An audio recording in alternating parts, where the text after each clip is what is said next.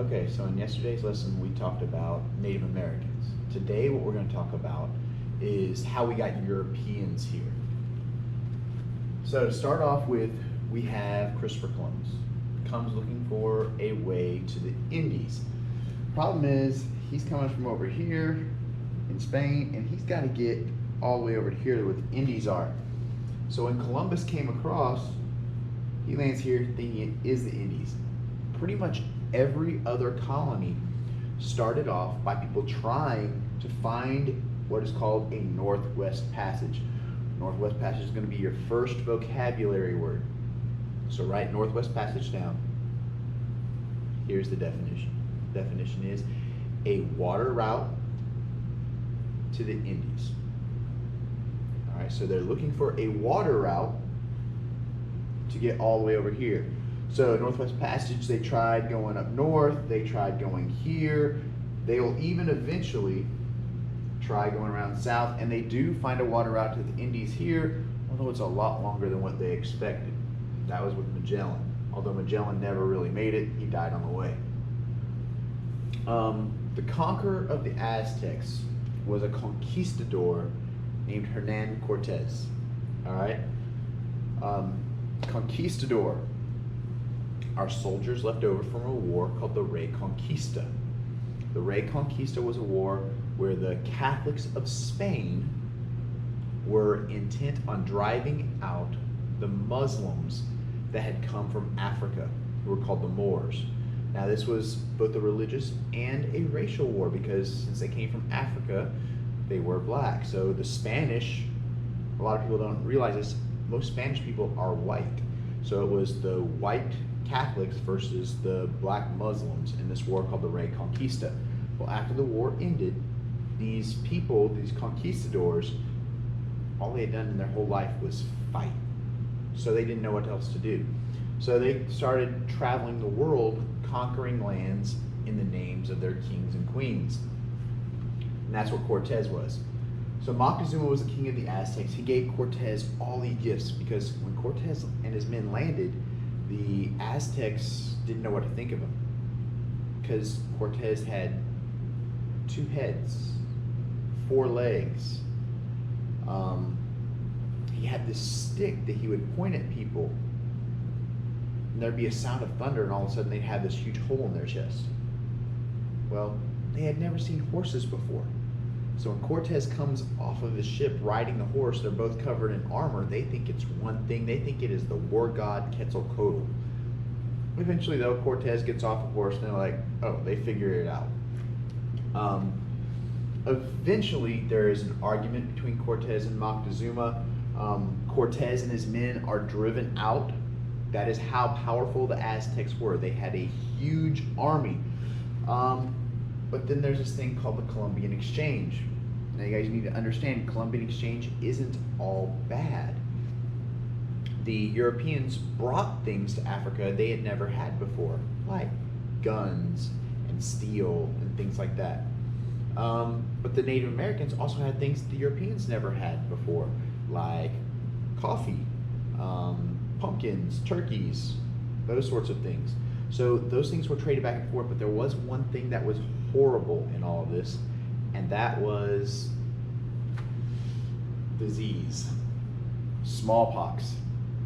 The Aztecs were affected so horribly by smallpox that 90% of their population died, and eventually Cortez is able to conquer them.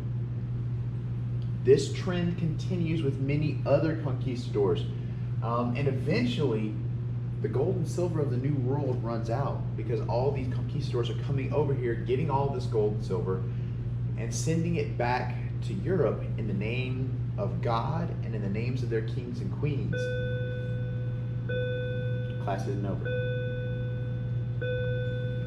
So now they look for ways to make money off the land, and a new system is set up.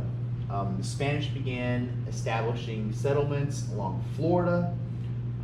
They go to Florida, they go to what is today Mexico, and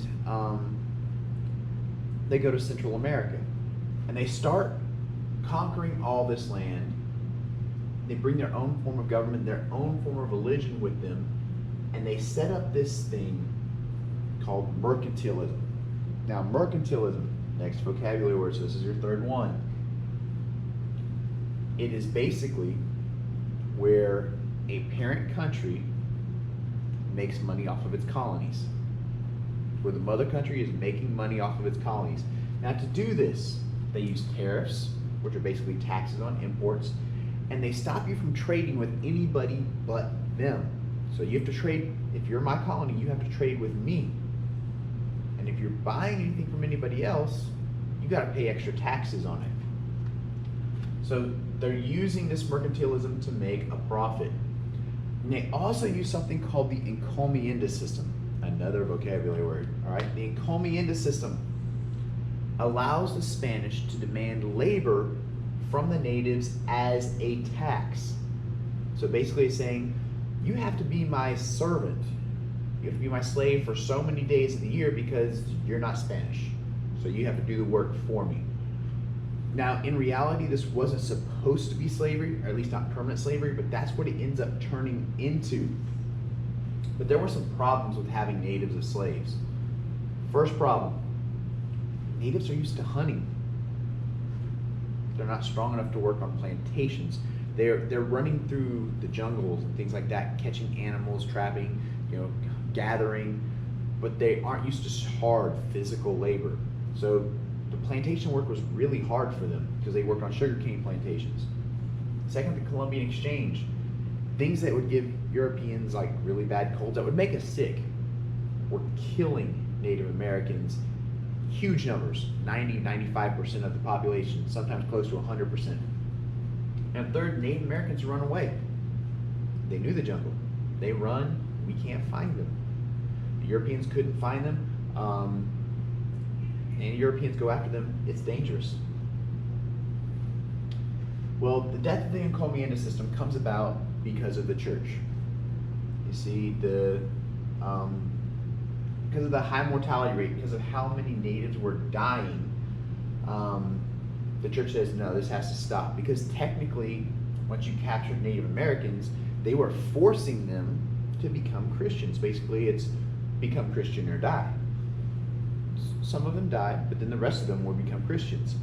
And so the church said, no, you can't enslave your brothers and sisters in Christ. But the problem is the church is headquartered in Rome. They're over here in Mexico and in Florida and all that, so they can't really do it. But since the church wasn't there, they couldn't really do it, and so they couldn't stop them. And so what the Spanish did is they figured out a way to trap them in debt. These people were called peons. That's where the word actually comes from. It's not because you're actually peeing on somebody. But like I said, there was problems with having Native Americans, so Native Americans aren't a permanent solution to the labor issues. So they turned to Africans for slavery. They aren't African Americans because they're not born in America. They actually are coming from Africa. And they have advantages. First, they're immune to European diseases. Second, they are physically stronger. They are used to hard physical labor in fields.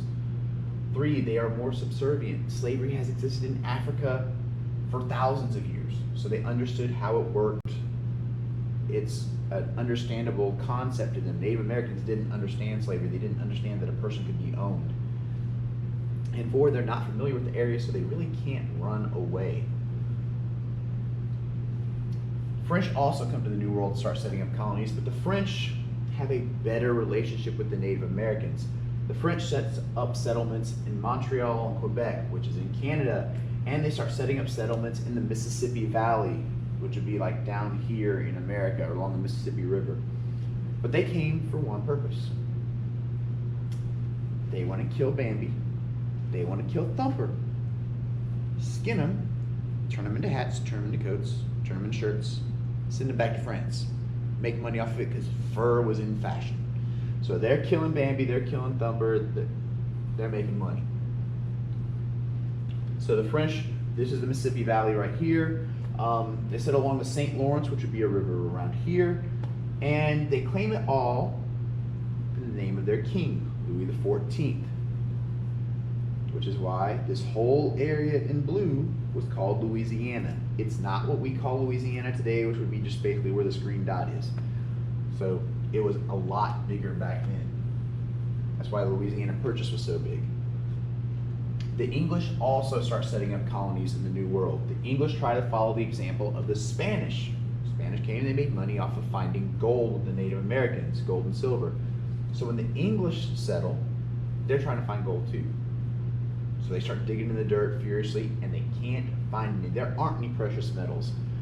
The English also want to make a profit in the New World, so eventually they turn to tobacco, which was profitable, could be grown in the areas of Virginia and some of the rest of New England, and they start sending that back to Europe, to England. The English also found settlements for the purpose of religious freedom, so they start founding these settlements so that you could have, because in England you have the Anglicans. Well, they didn't like Protestants, which are basically Christians that, well, you have the Anglicans, which are Protestants, but they don't like any other Protestant denomination, and they especially don't like Catholics. So all of these groups that aren't Anglican start coming to America looking for a place to stay because they were in protest of the religion that really England required. So the Spanish, the French, the English, they all come to America. Now they have some similarities. Spanish, French, and English are all Christians, but the Spanish and French are Catholic. So they really don't get along with the English. In fact, they've been at war for hundreds of years, ever since Queen Elizabeth I and Philip of Spain, because she refused to marry him. But this is what's going on in America. So we've got the colonies, we've got the English, we've got the Spanish, we've got the French here now. Tomorrow, we're going to be talking about the English, or the starting of the English colonies, the colonial regions. So make sure you go to Schoology, answer the questions on today's lessons, make sure you got all the vocabulary words.